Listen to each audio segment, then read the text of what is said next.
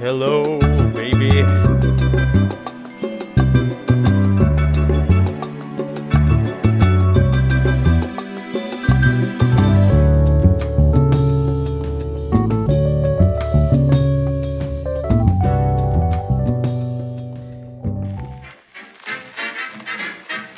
Welcome to the Style and Direction Radio Hour, presented by Lux Soap. Lux Soap? Lux Soap. What's the tagline? The tagline is, "It's always delicious." The soap is delicious. You should eat it. Just wait till they invent Lux Pods. We're inventing it right now. It's in our factory. Anyway, this week the boys have themselves in quite a mischief at the radio network. Hey, Ethan. Hey, Spencer. Aren't you glad we get to clean up our boss's office right now?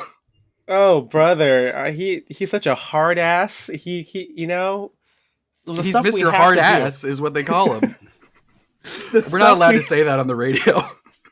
Did someone call my name? Mr. Hardass here. Oh my god, Mr. Hardass. Yeah, Ethan Spencer, I have to go to Washington, D.C. post-haste because Dewey just defeated Truman. Oh my god.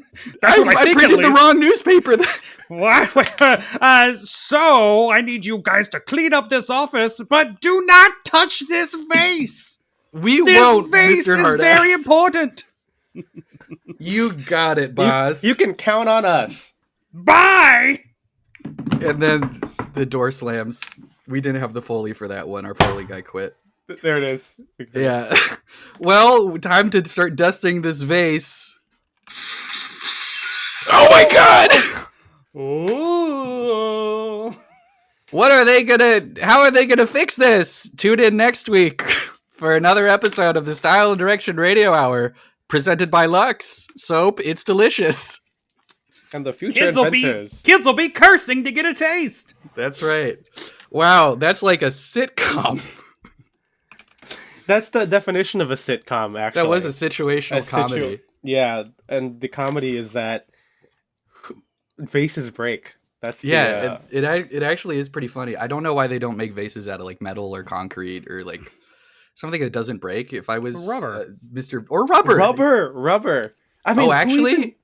Let's quit the podcast and invent the rubber vase. Let's get Mr. Wonderful on the horn. Let's talk to all the other sharks. Do you think he's gonna Skype in where he's wearing his suit and then like just boxers? Have you seen that? Does he do that? He's one of those guys? Yeah, so when the pandemic happened, he still does his like, what's his name? Dennis O'Leary? No, that's not his name. It's Kevin O'Leary. Kevin O'Leary, yeah, he does like his like podcast hour. It's like a video podcast, and he like talks about how it's poor people's fault that they're poor. And he makes a point to like have a wide shot, and you just see that he's just wearing the top half of a suit and like so he does it on purpose. Yeah, I don't know what he's trying to say. How he can't afford a whole suit. Yeah, exactly. It's so weird. That's how he's such a smart businessman. He's like, you know what? You only need the top half. I'm not going to spend the extra money on the pants. It's like, I can't, like, I think he's on the side of, like, work from home, but then he's also, like, a dick, you know, where he's... Yeah, he got into, like, some, like, debate on TikTok about... Is he on TikTok? Yeah. Is Mr. Wonderful on TikTok? I mean, his clips are on TikTok. Okay. Yeah, and so, but I think he did, like, a live stream with someone, and someone, like, obviously, like, clipped it, and it was, like, him saying... Oh yeah, well, why don't you just save and buy a house? Like, well, you can't do that because that's not how that works. Yeah, why don't you just not kill someone with your boat or something? Anyway, did he do that? I think is either no. I think maybe allegedly. There we go. We saved it. Saved it. But right anyway, yeah, I when I was unfortunately I got blocked, but I think I might have talked about this before. Someone I went to high school with ended up marrying Representative Matt Gaetz of Florida. Yeah, that's a real one. God. Yeah. And so for a while I was like still like I've like followed her on Instagram because I knew her in high school. And like I would get behind the scenes Matt Gaetz content, which was weird. Oh my God. He did that a lot. He did the top half of suit and like shorts, and she would post it, and it was always very weird. But at a certain point, she cleared up her following list, and I could no longer see what weird shit he was up to. there's an unfortunate update, I think, there where I think like a court or something. Oh yeah, Maybe this some was like a couple weeks ago. yeah, It's gonna be a maybe- long time ago by the time the episode comes out. I know, yeah, but it's like or there was something like oh, he's fine because the age of consent's like 16 in some of the states he was in, so it's like, Well, oh boy. And the we're funny thing not- is that like news account that said that, it says, and yes, I am a libertarian. Why do people keep asking me that? I'm like, okay, it's almost like a meme, Yeah. you know? Well, we do not endorse representative no, mandates on this we are. If we ever have, we are disavowing that association. What if right now. if we get him on the podcast just to ask him about his shoes or something? Yeah, why do your fits suck? Oh God. Well, speaking of, not really. I'm not trying to. No, not speaking of fits that suck.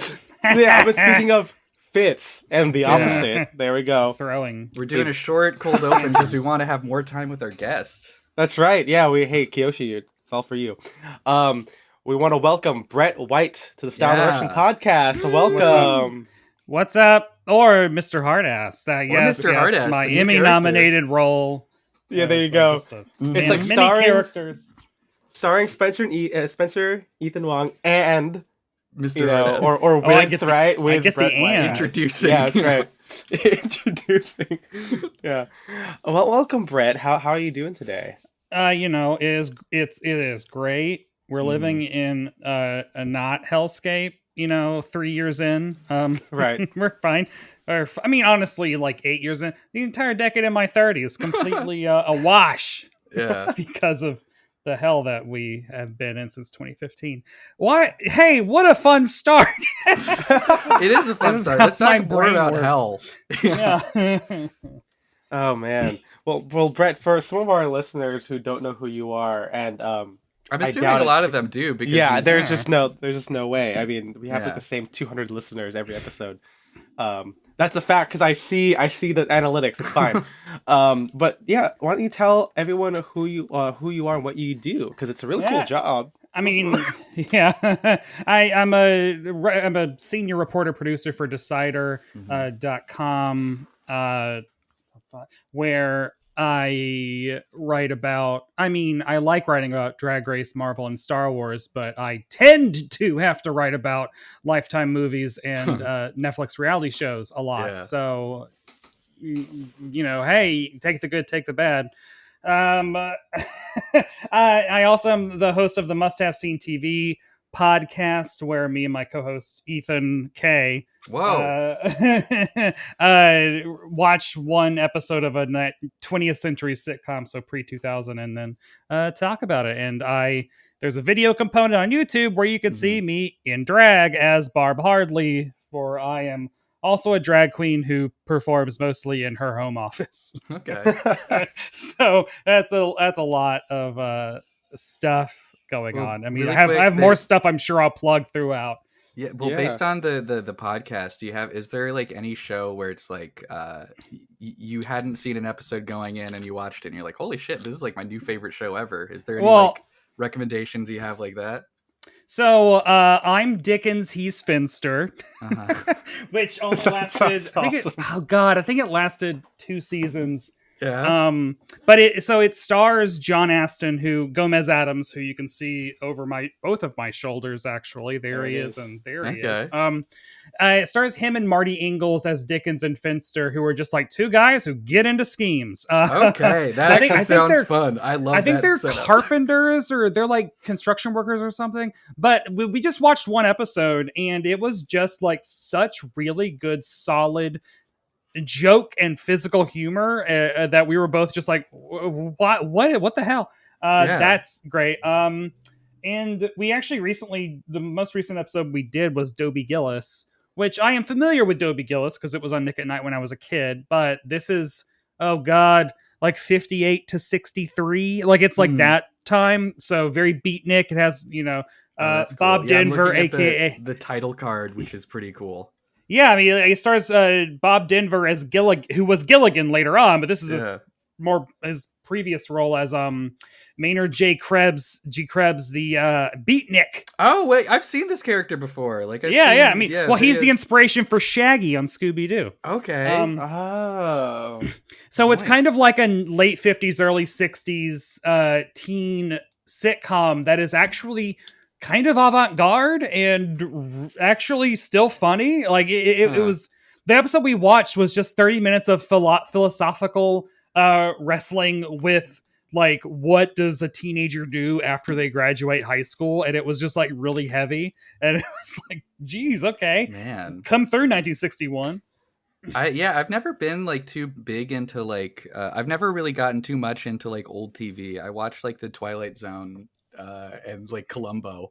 And I kind of want to watch more because it's like, I mean, there's so much TV. That's the thing. It's like sometimes I'll look at like IMDb for an actor I like, and then it's like, oh wow, between like 1973 and like 1980 something, they did like a dozen TV shows that I've never heard of. There's also like a lot of them were part of, like, John Aston is one of my favorite actors of all time, but he mainly just did guest spots in the 70s. So you can like see him as like a kind of like a Hugh Hefner type on The Odd Couple, or a pickle salesman on Charles in Charge. That sounds great. Pickle salesman. Wait, I have a question. So you kind of alluded, to your 30s there. How do you get into old TV, Brett? Like, I know, like, I mean, obviously since we've like followed each other, I know that you're all in this thing here, and how did that work out? I mean, back in my day, us elder millennials, just growing up, cable was essentially college for pop culture history. Like, it was almost like, as a child, every single channel is a different course, because back then all cable networks were actually different. They weren't all just the same reruns of Murder, She Wrote and then a reality show about either a picker or a grinner, a toker, a smoker. Cable networks nowadays are just nonsense. TLC, the American History Channel, the exact same thing. But back then, like Nick at Night and Nickelodeon even were very good vanguards of television history, because I grew up watching Looney Tunes that were made in the 50s that were referencing celebrities from the 30s, and I was watching that in the 80s and 90s. So it's like, I know like Casablanca references from Looney Tunes or Animaniacs or something.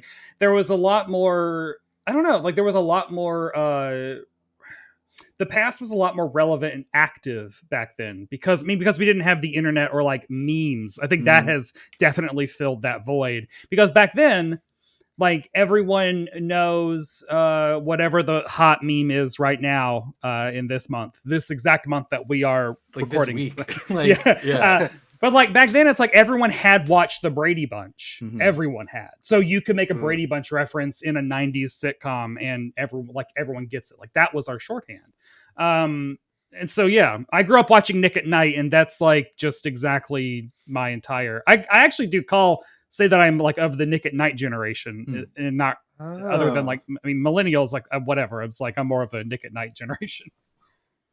Yeah, that's fun. I love seeing, like what the like quote unquote like universal like understood references are in like older things, and it's also fun when you go back far enough into like the 19th and early 20th centuries, and it's all just like references to the Bible or like classical mythology, and that's right.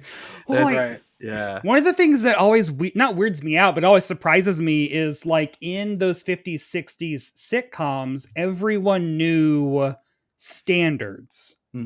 Like, there was a lot of singing, and it was a lot of everyone knows the words to these songs that were written in the 1800s. And it's like, I see that nowadays all the time in like old movies, and like no one knows, I don't know, like if you knew Susie, like I knew Susie or something. Yeah, like none of us know any of this stuff anymore. We might know all the words to Since You've Been Gone. Yeah. Okay, yeah. In the USA. But it's like, is that as modern cool? standards? Well, because I think the other thing, and now I think we're just going into like, I don't know, sociology or history or whatever. But the other thing is like, don't we do that? For a lot of the 20th century, until like home recording became more and more widespread, like home recordings and radio. the way that most people would hear music is they would have like a piano or something in their home, and then they would buy sheet music and play it themselves. Or have the roller, the automatic. My grandparents had the automatic piano thing. They kept all the little rolls with the punch outs, and you put it in, it would play. Yeah, and so you would just get like, Shine On Harvest Moon or whatever, and that's the music that you had. Anyway, I think we're getting a little off topic. Well, I want to know, like, fun talking about that. Yeah, no, this is really great. So growing up with that, how did that translate to? I mean, that's pop culture of one type, and then get into like comics and everything. Is there a correlation there? I mean, I think that I'm kind of a gestalt. Like, I'm kind of just like, what happens if a kid with asthma who hates sports and is going to realize he's gay in 20 years is born in the late 80s, like 84. Because like I grew up Nick at Night, but then also, 91 to 93 is the renaissance of superhero comics. I mean, I watched the first episodes of Batman the Animated Series and X-Men the Animated Series in October 92 when they both debuted, and that changed my life forever. And then so like getting into X-Men and stuff was just kind of like, that's just what you do. That was another one of those wild things. Like I treasure that like third grade when X-Men came out on Saturday mornings, and like when we go to the playground, literally everyone in the class, everyone is playing X-Men. Like it hit Hendersonville, Tennessee very hard.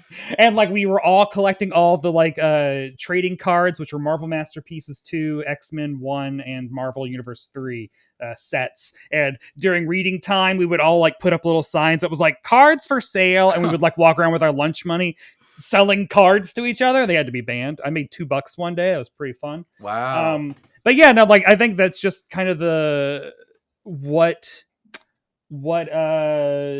you did at that age. But there is also this overlap of, I really do enjoy classic X-Men, which is of that era. 70s and 80s X-Men has become a very big touchstone for me. And just even to segue into like menswear and fashion and stuff, like John Byrne, who is the most influential X-Men artist of that golden era, was also just like super into fashion.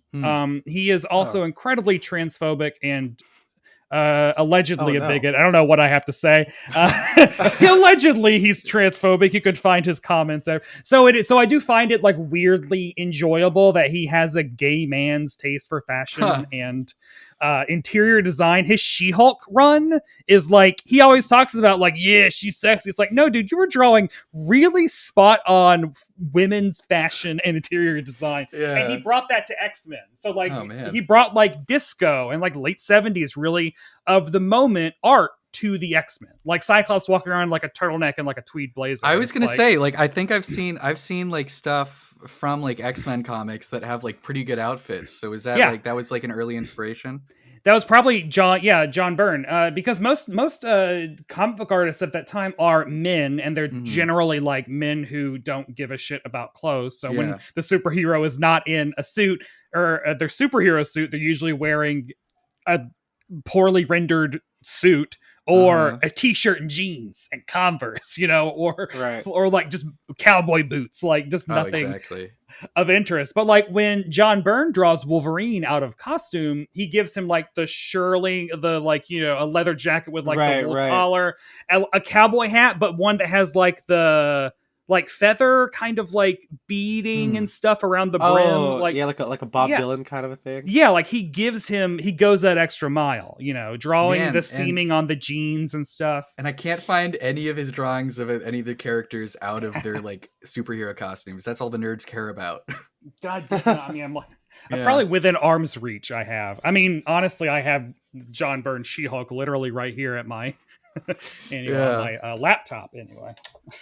Wow.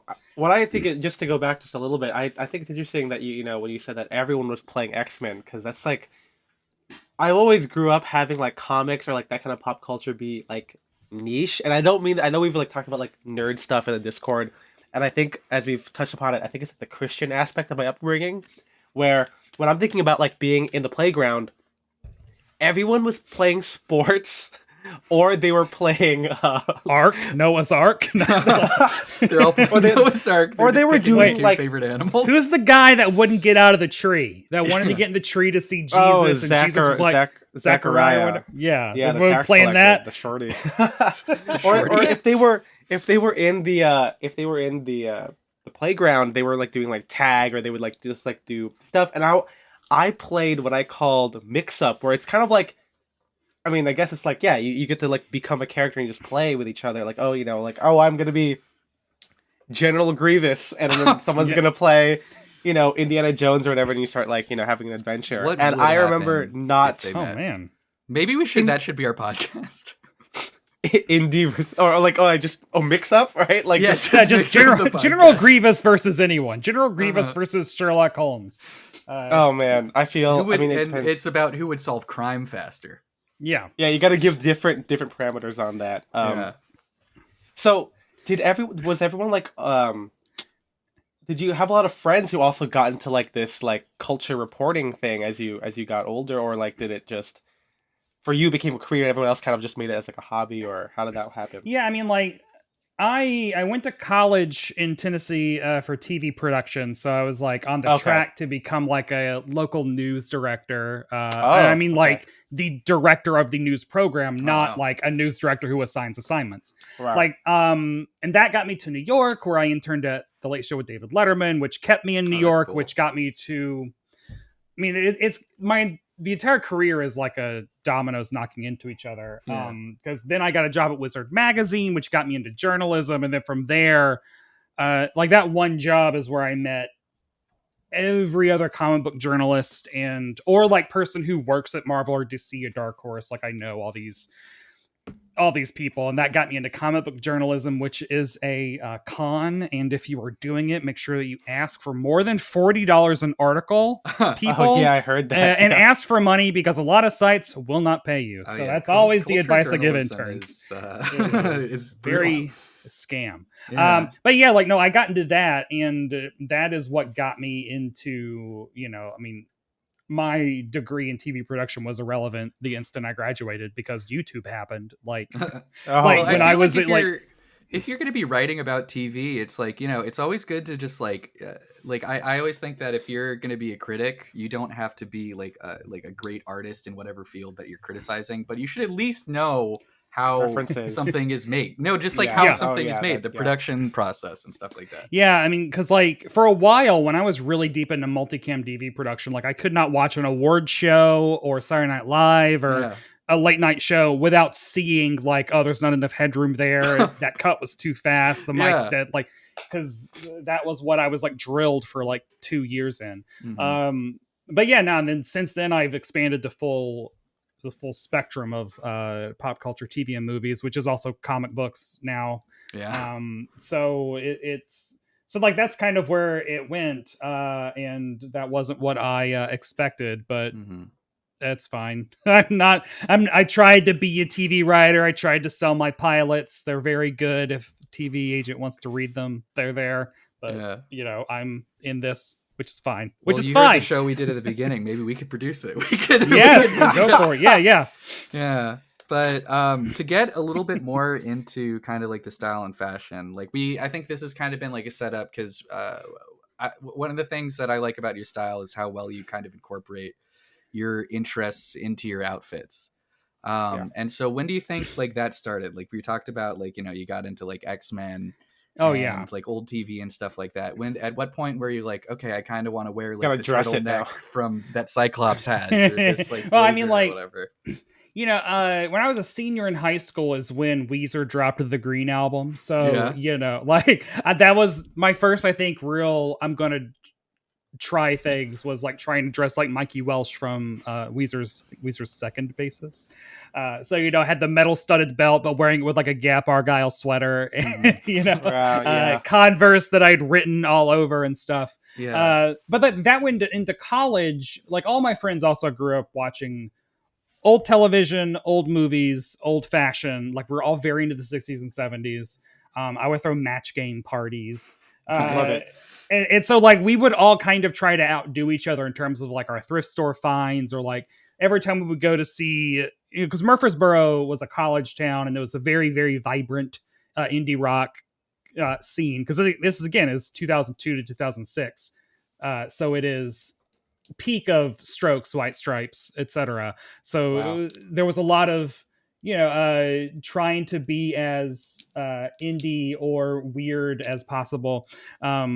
Which I mean, for like some of my friends was like bought dresses that were clearly for children, but looked cool. But like children in the 70s, it's like, well, I'm gonna see if I can squeeze it, or like me, I bought I went to Goodwill and I found a 3-piece brown suit with orange pinstripes. Ooh, okay. And like a tan and brown paisley lining, and I bought that. And Very it 70s. actually mostly fit, and I would wear that all the time. Like, so like that got me into it, but it wasn't until I really got into my 30s that I more evolved into my current interests, which I do harken back to my college and actually caring what I looked like. Because a lot of men don't. Nope. Especially a lot of men in the comic book and like even like journalism realm. Like, absolutely. So I am. So yeah. So I just started. I kind of like decided, you can show that you love Star Wars and X-Men and shit without just wearing a Star Wars t-shirt. Or without wearing an X-Men t-shirt or something. That's like news to a lot of people. Yeah. Like when I saw Captain Marvel, because I love Carol Danvers and have forever through Miss Marvel, Warbird, etc. phases. So when I saw her movie, I have a tie that is red, blue, and yellow stripe. So I wore that. Did I have a pocket square? It's just like, because superheroes are so known for their color combinations. And so you can really break down. I mean, I wear purple and green all the time because they're like two of my favorite colors, but also She-Hulk. Right. And also like Joker, Riddler, Green Goblin, Hulk. It's literally it's a lot of characters, but I wear it for She-Hulk. Right. But yeah, that's I like that. It's like, I know I keep singling out Kyoshi, but hey, there's Disney bounding right there, baby. There's echoing colors, Well, because like something I always think about is like every time like I go by like the courthouse or whatever, I'll see lawyers, and some of them, it's like one of the few jobs in Southern California where you're actually required to wear a suit still. Yeah. And I'll see every once in a while, I'll see lawyers that have like fun like Marvel socks or like Wookiee cufflinks or something, and I'm like, okay, that's a little fun, but I feel like there's still even more tasteful ways than that to show that you're a fan of these things. Or like I am, because I do have Millennium Falcon cufflinks that my sister got me. Yeah. Which I don't know if I've actually cooler than Wookiees, maybe. Maybe. Well, no, but like I think that there is a fun way to play with. Like I've often thought about, like, I would love to start a line of neckties that are, I don't know, like maybe like take the blueprints of the Millennium Falcon, but blow them up to where they just look like abstract lines. Oh, that's actually kind of cool. And maybe you can tell that like the mandibles are like at the top or something, so someone that knows can tell, but and it also looks cool, but it isn't also like you're wearing just like a tie with just like a whole bunch of Millennium Falcons on it and like a Funko Han Solo at the bottom with a thumbs up, I mean, when I went to WonderCon recently, and I got this like like a big tap from my friends, because like, oh look, you should buy that tie. It's a joke because it was just the Rebel Starbird just all on it, and I'm like, nope, not gonna do that. Or it's like, I also like when you can figure out how to take like the in design or the in universe design. Like what would we do know what a necktie looks like in the Star Wars universe, because Cyril Karn wears one when he gets that horrible job. But like it's I wouldn't do that because that is literal. Like I'm a walking character at Star Wars Galaxy, or Star Wars Galaxy's Edge. But like figure out a way to like take that. Yeah. Well, I feel like we kind of did. I don't know. The first time we went to Galaxy's Edge, I feel like we both kind of thought it's like, okay, I'm not going to dress like a Star Wars character, but what do I have that kind of looks like something from Star Wars? I thought we did it as like we're just like guys in the 70s, because like we wore like little serpent jeans and like a. Well, that was the concept then. Yeah. Hey, we gotta go back. Yeah. Like that's when I went to Galaxy's Edge. I wore, which was part of Star Wars Celebration last year. I have a vintage. I bought a vintage Hawaiian shirt from the 70s, and I wore that with my Spear of Mackay linen field jacket over it. There you Okay, go. And it's like, oh yeah, that feels very 70s and very I don't know, Han Solo in the 70s at Hawaii or something. I mean, young Lando straight up wears like an Aloha shirt. That's right. Yes, He does you have know, his yes. tunic or whatever. That's actually, I remember thinking that thing was so cool. Yeah, but okay, so where does like the trad menswear part kind of come? I know you kind of said about, you thrifted the suits and everything, and then there's like the fun ties, but like, you said it's more recent than, for your current iteration of style. How did the Yeah. current part start for you? That was all like 20 well, like I've always really liked wearing like jackets and ties. But, Okay. when I was in college and stuff, that is like going to Express Men, then known as Structure, and buying, button-down shirts that were like weird spandex, like that Oh material. boy, yeah, that's right. But like because I did, I'll get that and I'll buy, this JC Penney tie looks like mod Targets. I'll get that, it's kind of like not knowing. It was really like fine-tuning the details and realizing what I really do like was what happened as an adult. And it was like 2016 when I really became re-obsessed with the Bob Newhart show is what like drove me down a lot of this. Because I've always loved Bob Newhart. My drag name is a play on Bob Hartley. Oh, there you go. Barb Hardley. Yeah. So like I've always loved him, and I've always loved how he dressed on that show, and I was watching that as like a coping mechanism for 2016, and and I just like it really hit me, the intersection of Bob Newhart, his character, what he wore in real life and what he wore on the show, like all really spoke to me, because he's this mild-mannered dude who never once is like his style a part of the show, but he is clearly dressed better than all the other men on the show. And usually when a man dresses well, it's like a Barney Stinson, or it's like a part of their character. And usually they also look horrible, or like, I don't know, like they usually also just like look like, ugh. But like Bob Newhart on his show was wearing like, cool jackets and like huge fur collars and weird sweaters or lots of jewelry, plaid pants, and just all this stuff standing out, but never commenting on it. And his character was also not like ostentatious. And that just like really spoke to me of like, oh yeah, you can care about how you look, and it doesn't have to be a thing. Like it doesn't have to be weird or remarked upon. It doesn't have to be Ross buying leather pants, or the puffy shirt. It can just be Bob Hartley is a well-dressed man. Yeah. And that really, that's why I did a Tumblr. All of the looks are on Tumblr. And then I am stuck in like season 4 on Instagram. Well, I was going to say, I just, I was Googling Bob Newhart on the, like, just like looking at images. And then of course your article from 2018 came up, which I'm looking through now. Yeah, which I have framed above me because, and the Bob Newhart's response, his email he sent me is below it, because he emails me, which is wild. That is super cool. But no, like I have a trench coat, and it is because of those Bob Newhart opening credits with like the hat and the trench coat and like going to work. I just love that. Because and a lot of that stuff was his own clothing, right? It was just like the actor's clothing. What is wild is like when I would watch him on Carson clips at that exact time, it's like, oh, he just looks like he's wearing his Bob Hartley out. Like, I mean, his pinky ring and his ID bracelet were his, because I mean he just wore them all the time, and especially like his bit loafers and his gold watch that I'm still trying to figure out what that is, because I have one that's kind of like it. But yeah, like I mean, all of my menswear inclinations all come from television. Like they don't come from having like read books or being obsessed with 1960s college yearbooks or even illustrations from the 30s, all that kind of stuff. So I mean, like all mine is like loving these old shows. Like when I watch The Odd Couple now, like both Felix and Oscar are so well dressed. I mean, Oscar honestly follows y'all's style, which is wild because he's the slovenly one, but for slovenly in the 70s, that's like like a wool blazer and jeans and a gray sweatshirt. Like it's just like he looks cool. Sick. But back then it's like, ew, no, he looks great. And then Felix is just wild.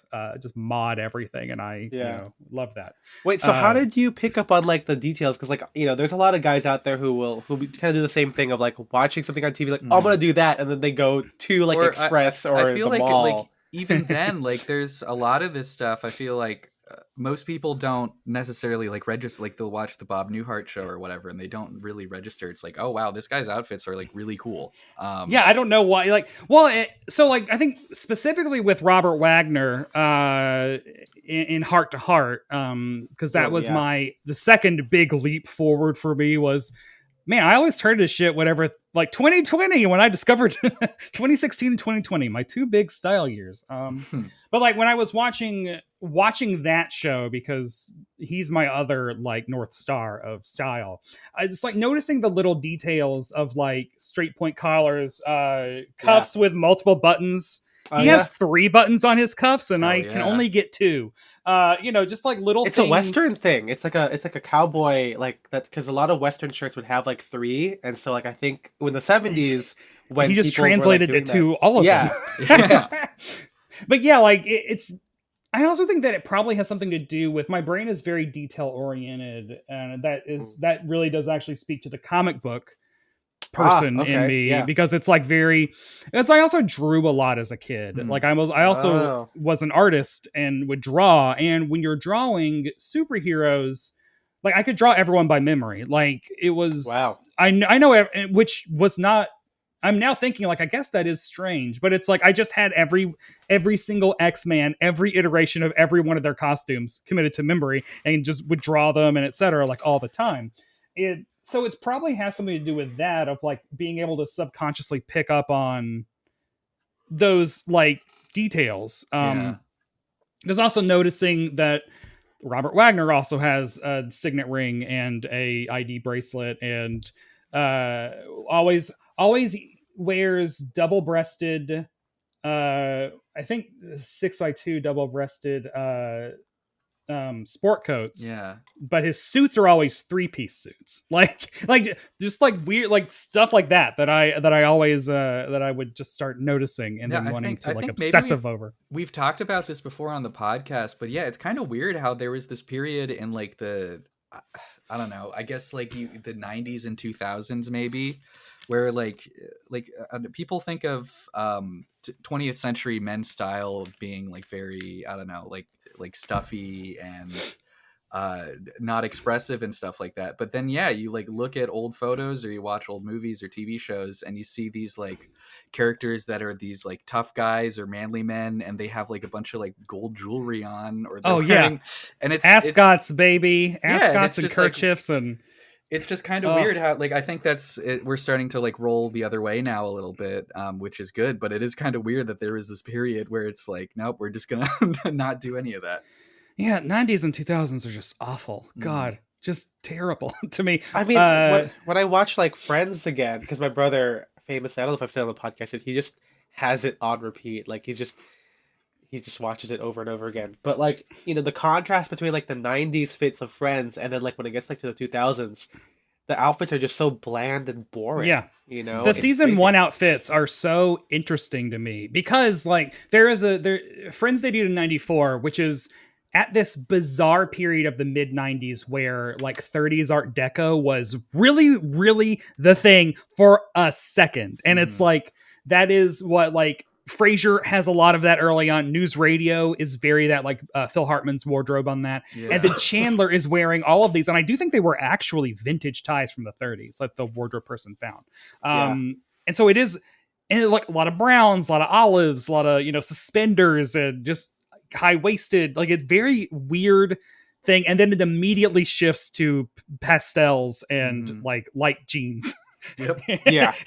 And pleather everywhere. And it's like, God, no, we were onto something for a hot second. No, it's so funny. Like when we watch The Player, like so many Hollywood execs, and you can see this in like, in Frasier, people like will be wearing like collar bars and like foulard ties. And then, it just goes out the wayside. This is what I love about these older shows. And I think that's also what I've also become more fascinated with like masculinity because I also think like growing up in the South, growing up gay and not liking sports and being also liberal, I found nothing in masculinity that interests me in the South. Like I had no male role models that I didn't know that I could have them. Like it was so like I don't understand anything that my dad or anyone is talking about. And it isn't until like becoming an adult and becoming more into who I am and more into like accepting of my own sexuality and stuff, and discovering men like Bob Newhart and Robert Wagner who present very traditionally masculine, but also really clearly enjoy looking nice. Yeah. Which is a thing that like, Tim Allen never cared about looking nice, So I think that like, as I've gotten older, a lot of it has been, I'm really fascinated with how masculinity intersects with that old fashion, because like in the 60s and 70s, there was weirdly a lot freer time for men. Like men could wear a lot of different there's a photo of Bob Newhart and Don Rickles at Disney World, I think, where Bob Newhart is wearing a denim jumpsuit. And I'm just like, he's 50 and he's wearing a denim jumpsuit at Disney World. This is great. I mean, I'm rewatching through like Mad Men right now, and obviously, like Mad Men is not actually from the 60s, and two, all these characters are supposed to be like rich advertising executives, but still it's like crazy when you see like Duck Phillips or like Lane Price or these characters, and they're wearing like odd vests and like pinstripe shirts or pinstripe suits and like contrast color shirts, and I'm like, wow, like I feel like an executive now would like not be able to wear something like this. Absolutely not, because it's goes too gay. But also when Mad Men hits that sweet like 1968, 69, and everyone just loses their minds. And everyone's wearing plaid pants and gross sideburns. Oh, God. Yeah. I mean, Harry Crane, iconic. The photo of him in his yellow double-breasted suit or whatever. That's my vibe. God. Yeah. So as you got into this stuff, how did it, factor into how you bought things? Like you kind of mentioned in our Discord, you go to like Suit Supply. How do you navigate shopping with that in mind? It is hard. And also I think in New York, like I envy y'all being able to drive places. I mean, like it is literally like New York City. And I feel like people will be like, you idiot, New York City is everything. But I'm also like, man, I live in Jamaica, Queens. It takes me forever to get anywhere. If I can't order it and have it delivered to my door, ready to fit me.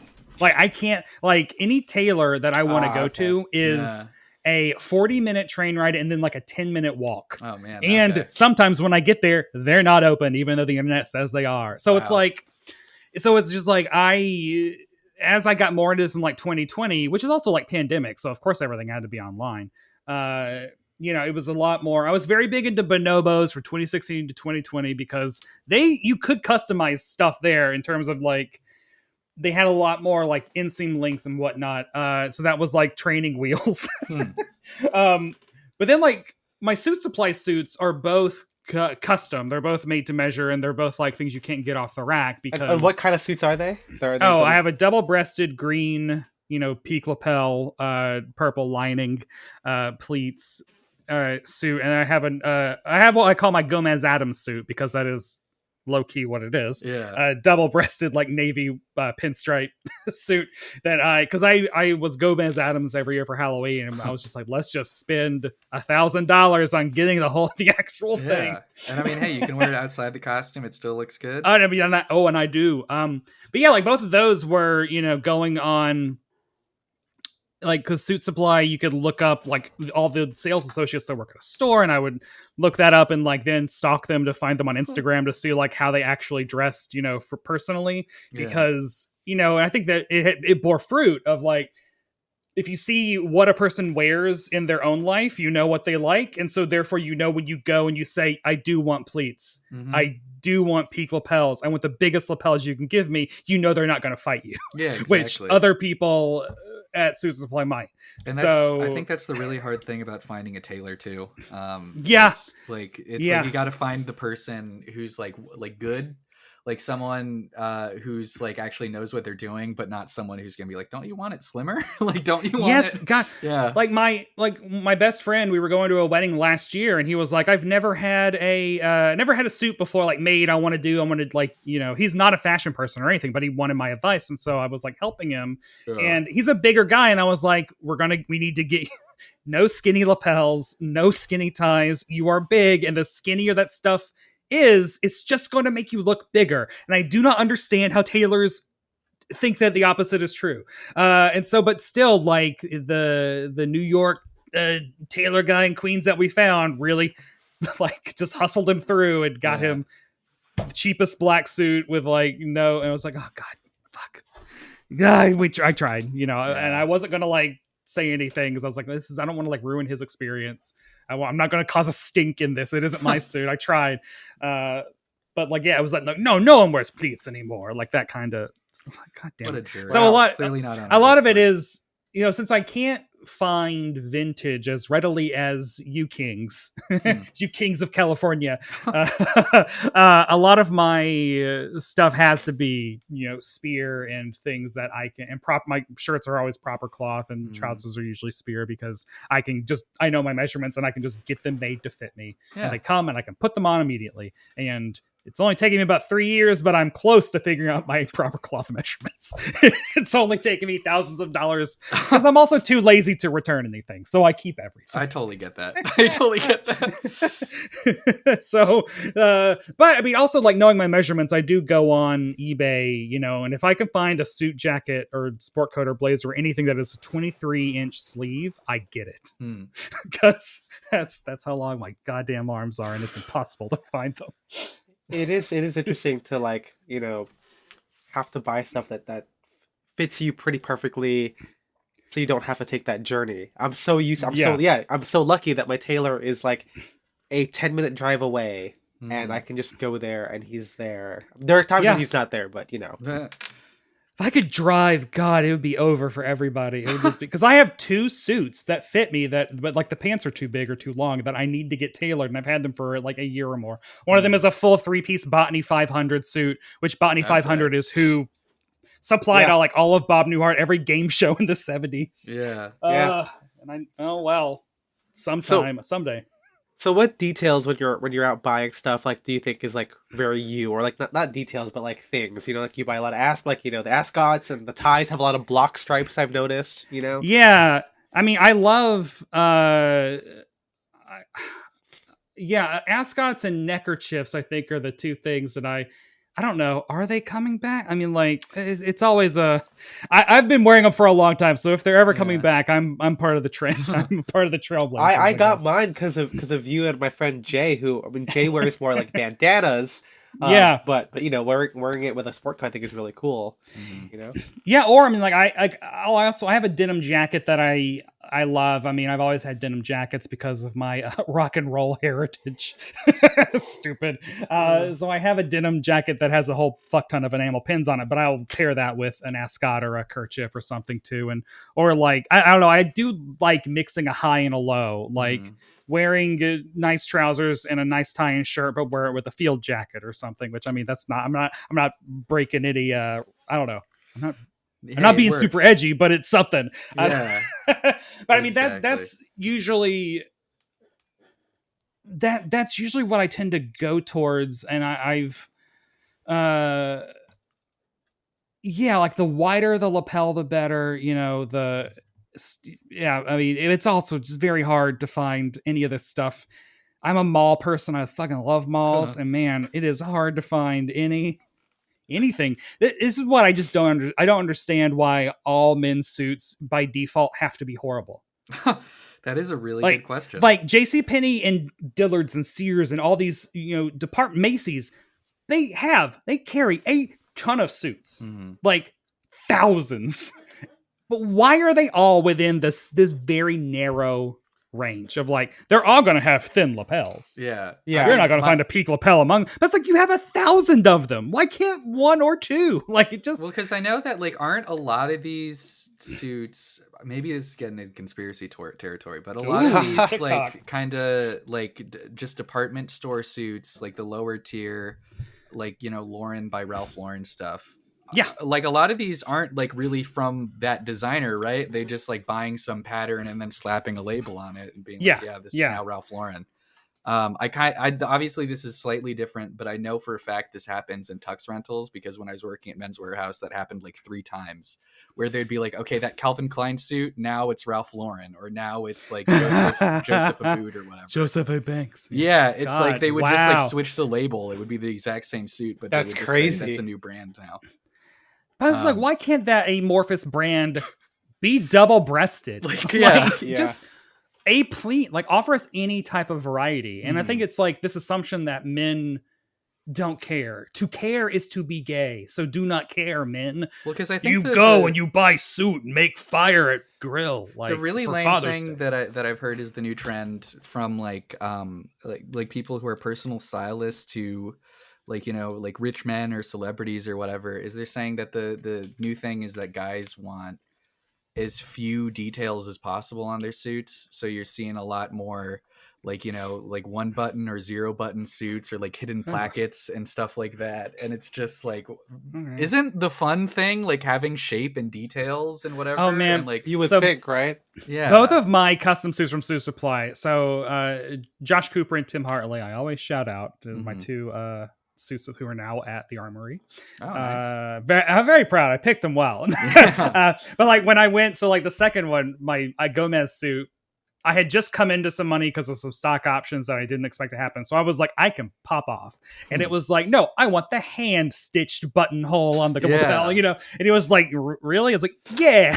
But it's like, you can also get like, you know, the felt under the collar of this, of the jacket. And I was like, make that hot pink. And then also I want the initials CNR in it for Charles Nelson Riley. It's like, okay. But it's like, you know, I know it's there and it's just like, bizarre. I love details. That's I think the whole reason we like menswear. Basically, we're all about the deets, baby. And I've noticed, and it took me years to notice this, but Bob Hartley on the Bob Newhart show, he has his initials embroidered like under where the pocket would be, because I think his buttons don't usually have pockets, but he has them like on his chest right there. And it took me forever to notice that, but I was like, oh, yep, there he has them. So I've been trying to get those, but it's like, proper cloth not do that? They do, but I think the one time that I ordered them, they didn't come with it. So they forgot. They're probably just like, no one wants this option. This is a bizarre option to have initials embroidered on a chest. Yeah, but who needs it? I'll do it eventually. Your dry cleaner? Yeah, my 3 Ascot Chang shirts have them right under the breast pocket, which I think is a really cool placement for it. I do like that. I kind of when I get more custom shirts, I would like. Yeah, I like my initials because if you go to any X-Men arcade game in the country or in the South, you'll see BSW at number 1 under Nightcrawler. There you go. Because I'm good with Nightcrawler. I don't know how people play that game because it seems those like side just scrolling, walking, but like the beat I know things up. It's so good. That's all I care about. It's the only game I like. I can't like dodge. I mean, I'm so bad at like, you know, the joystick arcade games that are not like Galaga or something. It's an art. It is.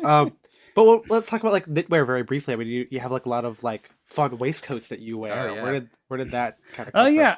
Well, I have a lot of my I don't even like sleeveless cardigan vests. Like they're all from the first one I got was like a J. Crew that I probably got on a Black Friday sale. But then I think the rest of them are all Spear.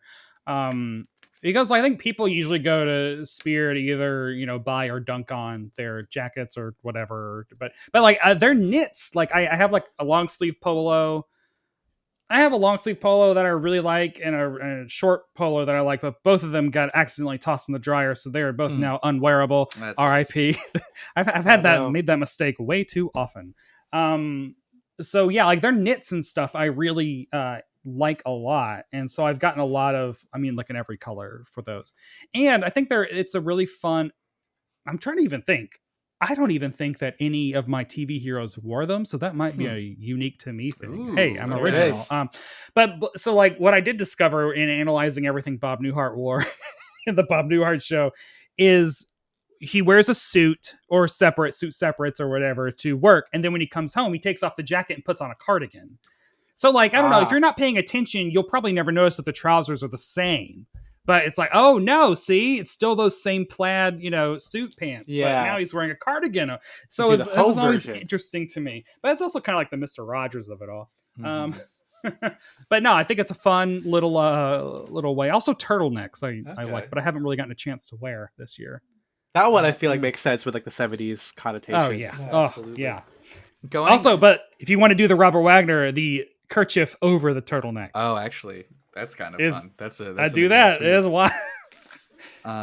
So like in terms of like we've been talking a lot about like 70s and 80s like or 60s and 70s TV.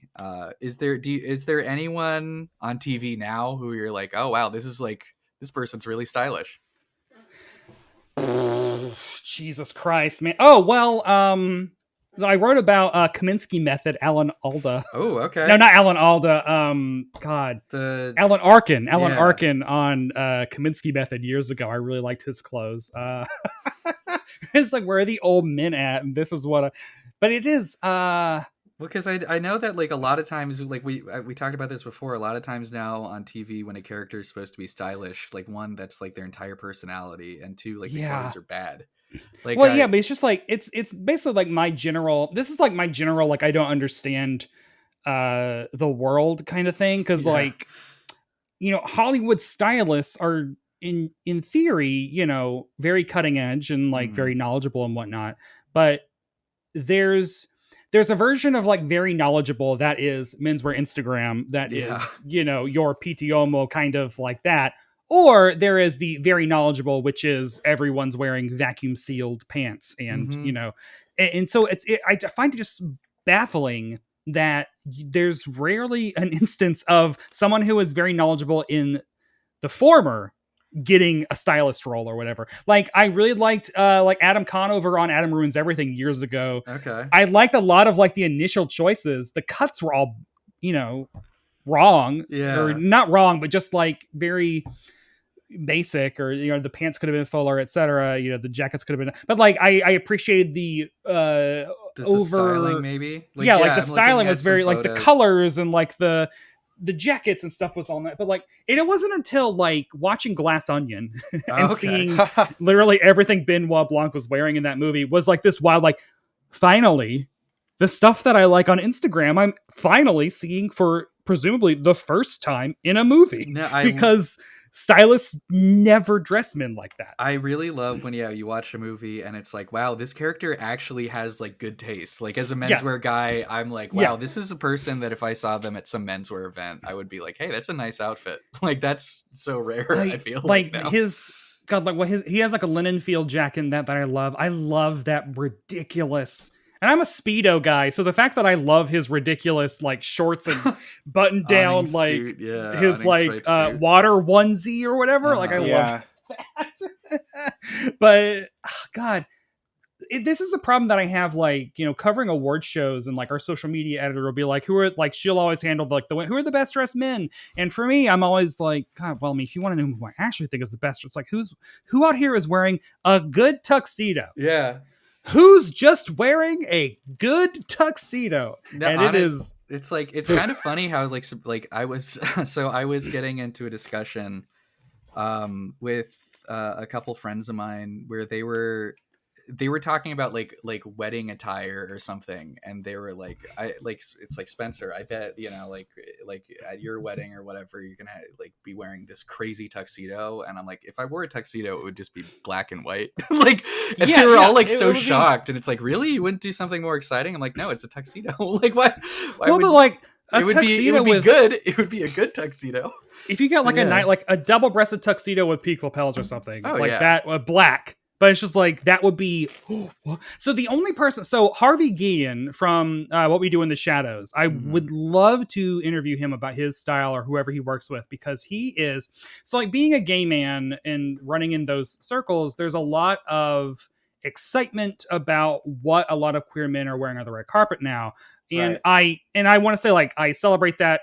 Thumbs up. For me personally, a lot of the times, to my eye, coming from a classic menswear, which again, gays in classic menswear were very few, it feels, which is very strange. A lot of times it just looks like this man is wearing a dress that was cut for a woman, is usually what it feels like I am seeing. Yeah.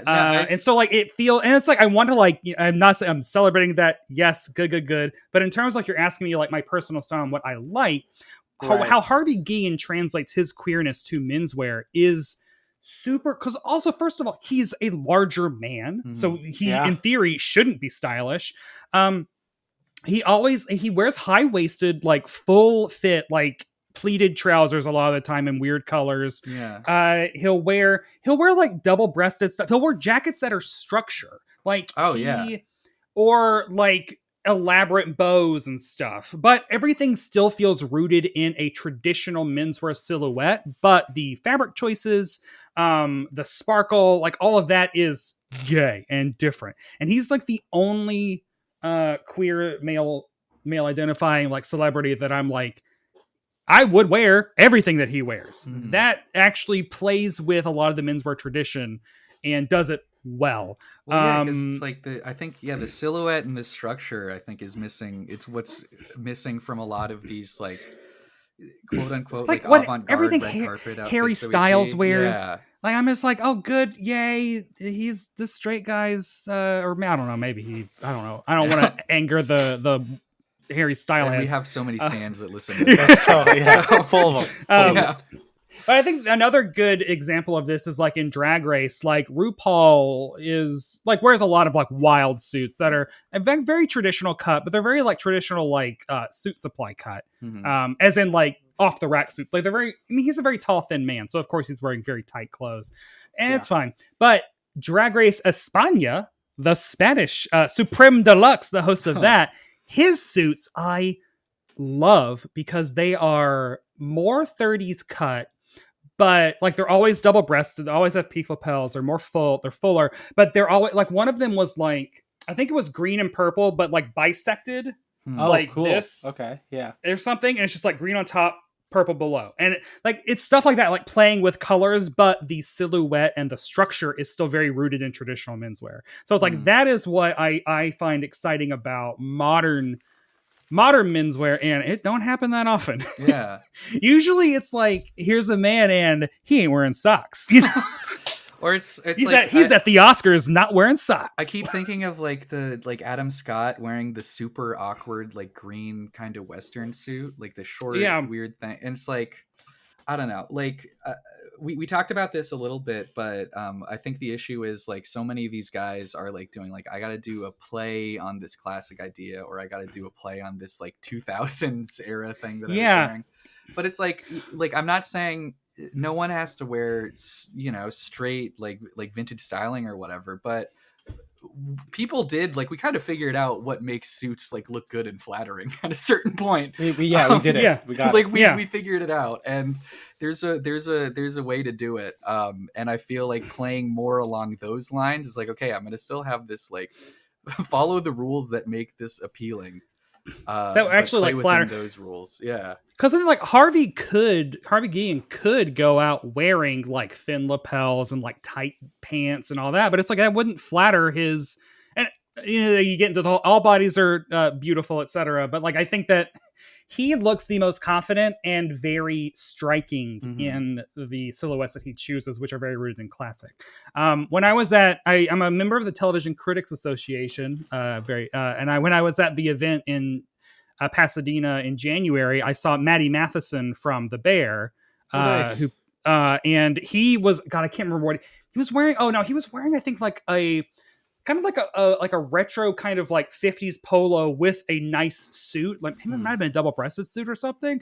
And then like, you know, Ray-Ban sunglasses and stuff. And it was like Rio recognized Rio kind of thing. And after, you know, and when all the press people were mingling with the cast, I made sure to like stop and be like, hey, I really like what you're wearing. Yeah. And he was like, you know, we talked for like a little second, but it was like one of those, you know, I don't think anyone else here is going to compliment you on your wardrobe. Man of size covered in tattoos from an FX comedy. Yeah. But I'm going to say that you are the best dressed person here. Because it's kind of fun. Like, you know, that's the other thing is like, I feel like, what celebrities wear when they're not in costume and when they're not on the red carpet, like that's really, I don't know. It's like, we were talking about how Bob Newhart, all the clothes that he's wearing on his show were his. Yeah. That's the case for a lot of like golden era Hollywood actors, like most of Cary Grant's suits or Jimmy Stewart's suits, etc. They were just suits that they brought in from home. And I feel like that really is such a difference, because that's the thing that I see a lot of times on like on TV shows or movies where a character is supposed to be stylish, or if it's like a period piece or something and they're supposed to be wearing period clothing. Like sometimes it's like not necessarily that the outfits themselves are bad. I mean, usually they are, but sometimes it's not. But it's like the actor is clearly uncomfortable wearing the clothes. Like you can tell it's like, oh, those aren't his clothes. Yeah, he doesn't know how to wear these. John Cena doesn't work in this. So I think when it's like, it's so refreshing to see an actor who is like, yeah, like stylish, like outside a role, or knows how to wear the clothes and stuff like that. Which you just don't have as much anymore. So before for the last part of this, I do want to talk about Barb and drag. I was gonna say, let's get into that. Yeah. So how did that start? For you, was it something that you've always been kind of interested in, or see some kind of like camaraderie? Because he said that you covered Drag Race for Decider, so obviously that started. Oh yeah, that started before you started doing drag, correct? Yeah, I think like my relationship with Drag Race is very parallel to my like evolution as a gay man, because like I first watched Drag Race, it was, I think season 3 was on Netflix, so this was a long time ago. And I remember watching it, and that was before I this is before I loved myself, so how was I going to love anyone else? And so I was like repulsed, like this isn't me.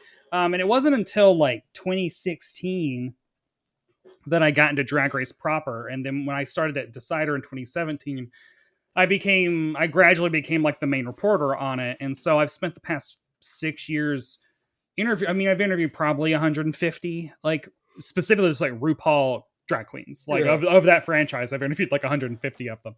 And it started with like, anytime I had to interview any of them face to face, because this was in the before times, before Zoom became a thing. I would always wear a suit. Like I would put on my green double-breasted suit and an ascot and jewelry. Like I would go because it felt like a form of respect to show they're coming here in full drag. It is 9 a.m. and they have definitely been up since 6 doing this. So I shouldn't show up in a t-shirt and jeans. Oh, exactly. And that like that kind of became a thing. But I always told myself I could never do it. And I always considered my suiting was my drag. And I would bring that, and I do think that is still accurate. Like anytime anyone puts on any clothes for the visual stimulation of anyone else, you're doing a form of drag. You might be doing it on a 1, you might be doing it on 11, but you are doing it because all drag is a performance of your performance of a kind of gender is all it is. Right. And so I never thought I could do it, and I was very content with my menswear being my drag, and I call it that and still do. But it wasn't until last summer when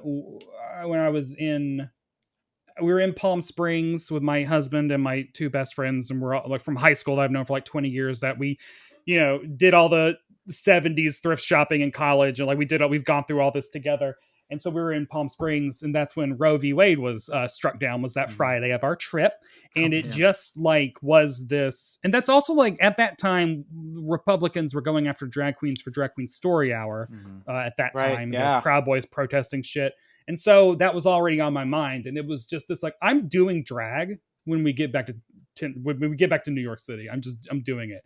It was just kind of just, and I, like that day, so one of my high school friends is a drag queen in Chicago, Mini Pearl Necklace. And so I DM'd him and was like, like, I'm doing drag, like I'm buying things now. What course do I need? What, just like what makeup, like everything. He was so excited and, shared everything with me. And then it just has gone on. It's gone on from there because it ended up like being this perfect encapsulation of everything that I love doing that I've not been able to do for a long time. Comedy, graphic design, style, performance, being gay and stupid. Like, like it encompasses everything. I did improv and sketch comedy at UCB for 10 years. Oh, wow. In my 20s. And, now most of my friends are in LA writing or on very big shows. So I'm not. So this is a way that I can perform alone. Like I don't have to rely on my improv teammates. Where are they? Or casting a show. Like I am the character performer, the show. I'm the special effect. I'm the, and my artistic skills. I love drawing, and makeup is very scratches that itch, and it's just become a passion. And I've only been doing it for 9 months, and I've only performed out in public twice. Because again, New York is just so frustrating to navigate. Yeah.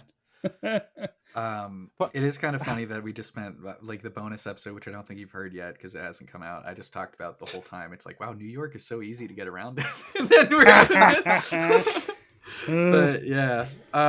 Anyway, how did I got a question. Yeah, so yeah. how did the Barb Hardley drag queen character kind of come out? How did you characterize it? I've seen a couple of the clips, but like, what was the inception? Yeah, of this?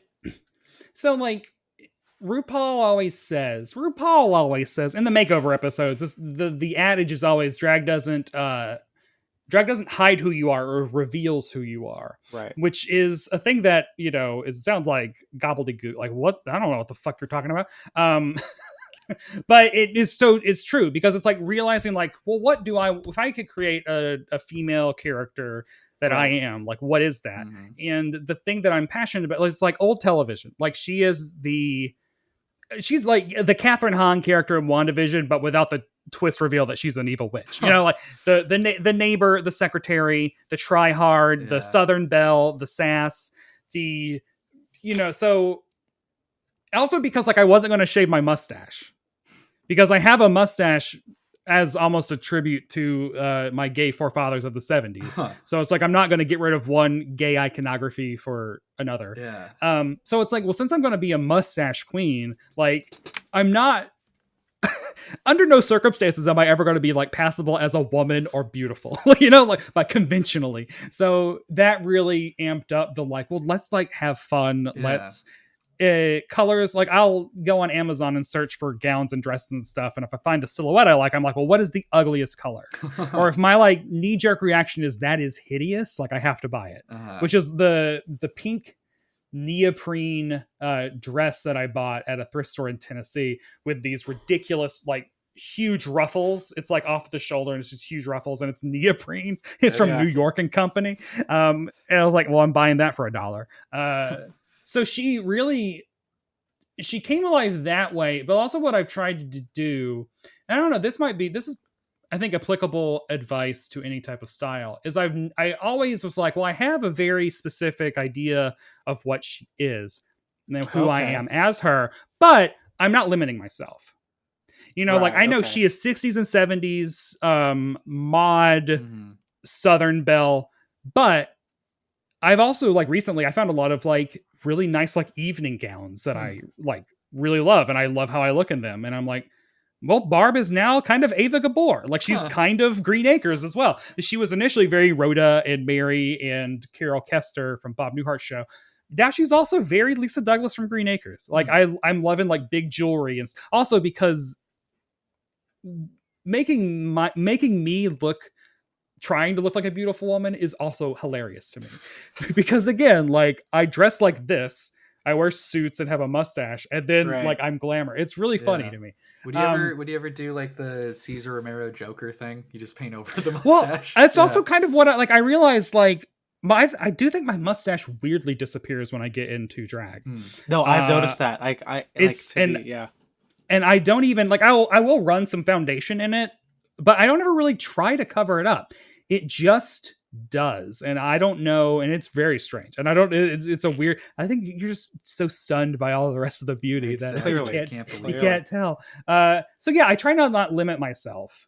I try to be like, if I want to try a hair color or a garment or anything, like just buy it, do it. See if it fits. Because again, I'm also like, I've only been doing this 9 months, and it seems crazy to like narrow, like Barb will never lip sync to a song written past 2000. Like, no, that's not, if I want to do it, I'll do it. Well, in the 9 months since you've been doing it, how do you think the character, the style, or whatever, how do you think that has developed? I mean, I have recently, I think like through repetition, you learn a lot more about makeup, definitely, because I'd never done makeup before this. And I have learned a lot more about like how I like to contour my cheekbones, because it is theater makeup. Like it's buying the like thick grease like foundation, like it's like meant to be seen from the back, so it's very intense. But I've like figured out eye shapes that I like. Also like figuring out proportions. Like everything has been a gradual, and this also probably applies to menswear as well, as like the first pads that I bought, like the first hip pads and butt pads and even like boobs that I bought, I've replaced. I've leveled up like 2 times since then, because those initial ones weren't big enough, and you couldn't tell that I was wearing anything. But I didn't know that until I got them and got in drag, which I think is the same thing with menswear. Is like I bought these. I need a higher rise on these pants. I need a bigger cuff on this. Like, and so like I'm really proud of where I am now with my body, with how cinched and curvy I am. I think I've done well there. And I'm really proud with the aesthetic. I'm really like honing in on what, I don't know. I guess I am kind of like actually defining a lot more of the rules now. I think discovering this pageanty Ava Gabor 60s socialite side of myself has added a lot to Barb's character that I didn't know was going to be there in the beginning. I thought it was all going to be like, fembot kind of like go-go dresses and stuff, which I still really like, but I still get to talk like this and be a big old ball of nerves while also wearing a gorgeous evening gown and huge jewels. There you go. Which is, again, a really funny contrast to me. But yeah, I mean, like, I think it's becoming a lot more clear. And that's the exciting thing about it, is actually seeing the progression on yourself. Yeah. Because, it's very rewarding to be like, I can noticeably see I look better than I did 5 months ago. Like, it's really cool. I mean, talk about menswear. That's why we're like, take fit pics so you could see the progression over the years. Oh, yeah. And everything. And it's kind of fun, God, and I love it. Because like I don't know almost anything about women's wear in general, but I feel like if there was a situation where I had to get into it, I feel like the menswear knowledge would help that out. The menswear based knowledge would help that out.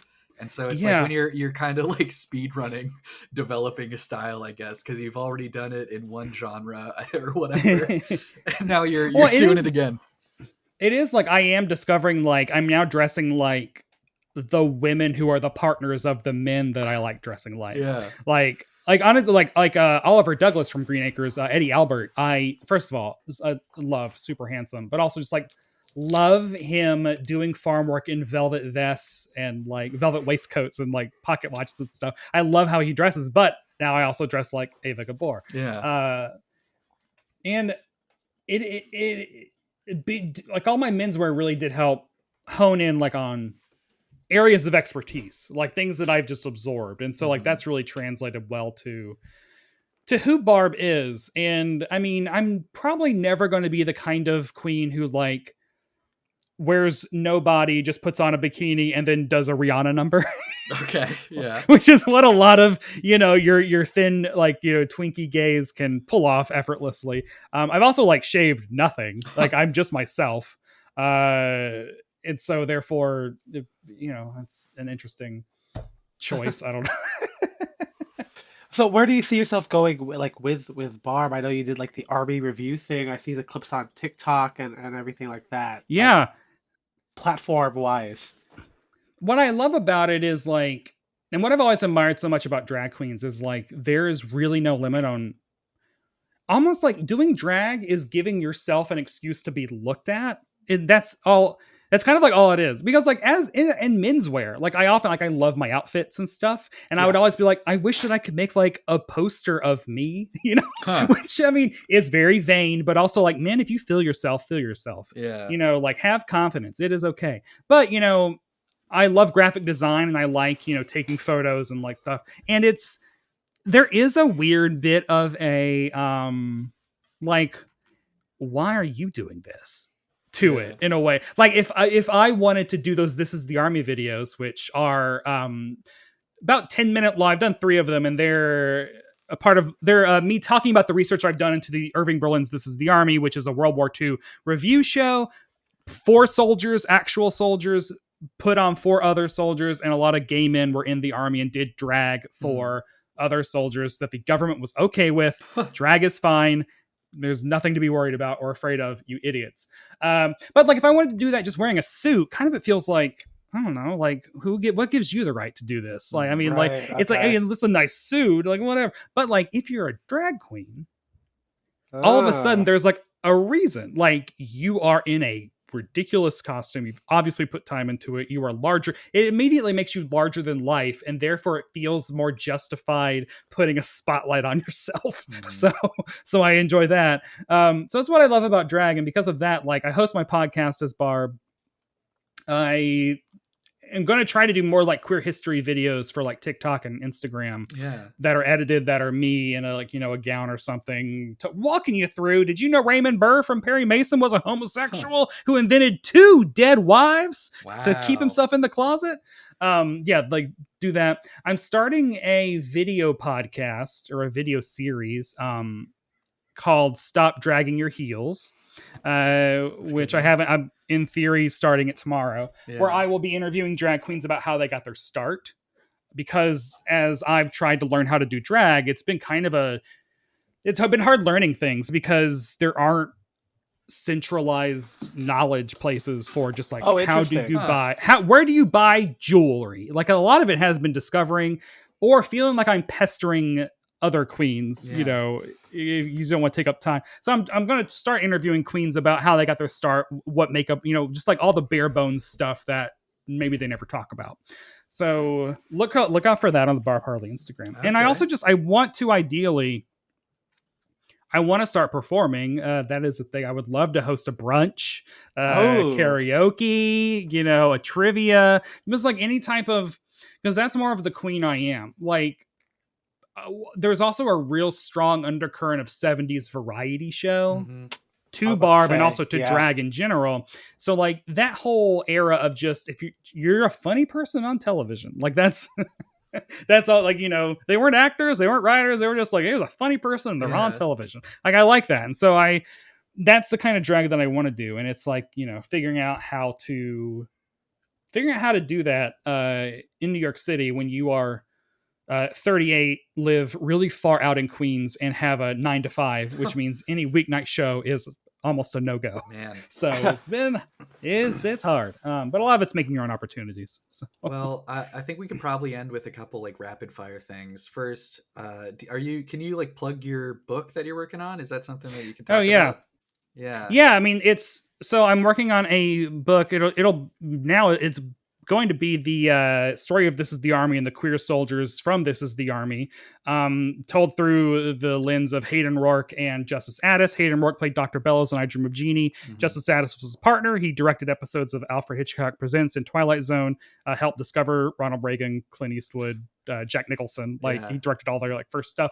But they were out together, were a couple, lived openly, and I have, you know, spent 3 years interviewing Barbara Eden, all of their families, Ed Asner, a ton of people, and doing so much research into all of this. And I am, you know, working on getting it represented and then shopped around to publishers. So hopefully that'll be happening soon. Yeah. Well, I remember, but it's essentially, it'll be like the untold queer history of this really important Irving Berlin show, and just, you know, proving that gay people have always been around. We were essential to stopping Nazis. Damn it. Yeah, because I remember you talking about this when you were visiting Anaheim for D23 or whatever, the Star Wars convention. But that was, it sounds really interesting. God, it's been a passion project, and also like ties into drag. And so like, it is this weird, like all my interests have been coalescing to this moment. I love it. I did want to ask, does any revelations about doing drag retroactively work for menswear? Like, has your menswear style changed, you know, whether slightly or big, you know, within the past 9 months? No, I mean, the only thing that's really changed is that I'm doing less of it. I mean, it's almost okay. Just because like it's been harder. It is easier for me to find dresses that fit me than pants. Okay. But I think it's also just because like a dress is kind of just like a tube sense. of fabric that you put on. And also, for drag, I'm also manipulating all of my proportions like intentionally, which I'm not doing in menswear because it's uncomfortable to wear a corset. So like it's that's a revelation. I do know. I think that I do know that I like it separate. I like the dichotomy. Like nothing from my drag is coming back into my menswear, but I think that is a thing I've discovered. Like I really enjoy being a man who dresses traditionally masculinely and then also having this other, like, it's really that dichotomy. I think strengthening that dichotomy for pleasure, not for like I'm in a prison of my own making. not that. I think that's what has been really fun and interesting. Like doing the side. I mean, if everyone goes and watch my Christmas special that I made, Barb Hardley Christmas, I did a duet of Bing Crosby's Jingle Bells, where I, in my vintage tuxedo, lip synced Bing's part, and then in my gold sparkly mini dress did the Andrews Sisters part. That's cool. Yeah. Together, side by side. So like that's a fun thing that I really enjoy playing with, which also I think underscores that like my menswear is also a form of drag. It takes a long time to put on a tuxedo and a bunch of jewelry. Yeah. Well, because you said you wear it less, are you favoring some outfits in menswear? You know, that because now it's, you know, you're separating the two. I mean, it's also because like I don't really get to go out as much as but like it's also like so budgetary. I have one Spear McKay double-breasted like navy hopsack sport coat that I wear with everything because it's the only one I have because I can't afford to drop another $200-$300 to get a second one. So yeah, I mean, I always default to like, you know, one of my proper cloth shirts, a slacks, trousers, and then a jacket with some variation of neckwear. I mean, usually when I go into the office, that's what I do. Although, I mean, like, I wore an Oxford button down and jeans and a field jacket, and man, I got so many compliments on just the field jacket. And part of me is thinking like, man, this is my like, I'm tired and don't want to try outfit. I mean, I guess my baseline that's good. I guess I've done something right. Yeah, I was gonna ask, like, what do your other pop culture colleagues think of your style? Well, I mean, you know, since a lot of my stuff is my Cheers signet ring that I had custom made, they enjoy a lot of that. But also, like, my job, I like the on-camera portions of my job, which are few and far between. So I'm always kind of like ready to be, you know, on an Instagram or something. Mm-hmm. So they it's nice having a try-hard attention hound on staff because I could take all the hosting stuff. There you go. I love it. Spencer, anything else you want to? Oh yeah. Yeah. So I had just like two last things. So one is like, what is your favorite? Have you gotten like any particular compliments from like people that you've interviewed? Like, what are your favorite compliments on your style that you've gotten from like celebrities or whatever?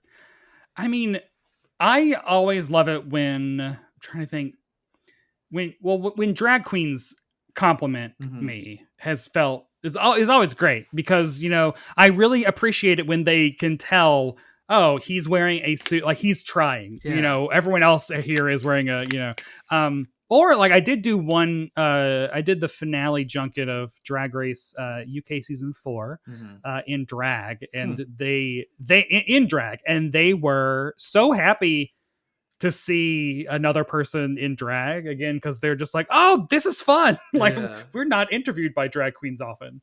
That's been fun. I'm trying to think if, God, I mean, Paul F. Tompkins complimented my style via Twitter. Yeah. Because I think like I replied to him or something just like, you know, I'm trying to be like you. I love you or something, which I love him. And he replied like, you're doing great. I was just like, yes, that's all I needed. There you go. Which why the fuck is why has no one talked to him about his goddamn clothes? I don't know. It's weird. I don't know. It's so wild. He's like, talk to him about his clothing choices. He clearly wants to talk about them. Like he thinks about it. He thinks. I love. I mean, there's a couple of times on Comedy Bang Bang where they reference like, oh yeah, he wore this suit this time, or he had like a crazy hat or whatever, which is made by Cody. It just blows me away that like even like menswear podcasts and stuff don't ever just like talk to him. I'm just like, let's get him just. Yeah, no, Get we him got on, it. We're gonna honestly. do it. Hey, he's got his own podcasting setup. He'll be fine. Exactly. Yes, he's the podcast king of America. And then, do you have like before we go? Do you have just like general like I don't know TV recommendations for our listeners? Oh yeah. Oh God. I mean, honestly, Columbo is what I'm watching. Right I do now. love Columbo so good because the other thing I want to time. talk about is like, man, old TV like looks really good. Like I feel like not God. like a lot of like movie guys I follow on Twitter can be very dismissive of TV. But like old like 60s and 70s TV shows, sometimes they're shot like incredibly well, and I'm like, what? Yeah, I mean like Cheers for a sitcom is gorgeous. Yeah. It has a real richness that brings a real realism to it that I love, a real grit to it. It's really fun. But like Columbo, I mean, so Poker Face is probably going to be my show of the year. Mm-hmm. I like lost my mind over that It's good. show. I've only seen like the first 2 episodes, but I really so liked many. it. Just Yeah. like every single week was just like, oh my God, just perfect. So great. And so like that got me watching Columbo, which is so funny and you don't expect it. I love Columbo so much. It's like the perfect he is detective such show. He is such a weirdo. And I love it, especially when you realize that Columbo, the character, is intentionally annoying all of these villains. He's intentionally like making their lives. He's like Cliffording them in a way. I don't know. But it's like, if you want to talk about stylish shows, like I feel like the bad guys on Columbo look so cool because it's also, like they're even all just like rich LA people.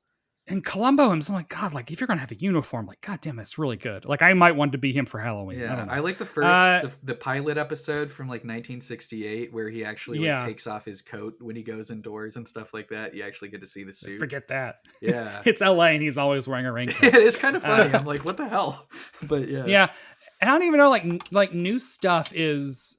I always get behind on it because if I'm not covering it, like I started Hello Tomorrow on Apple TV Plus.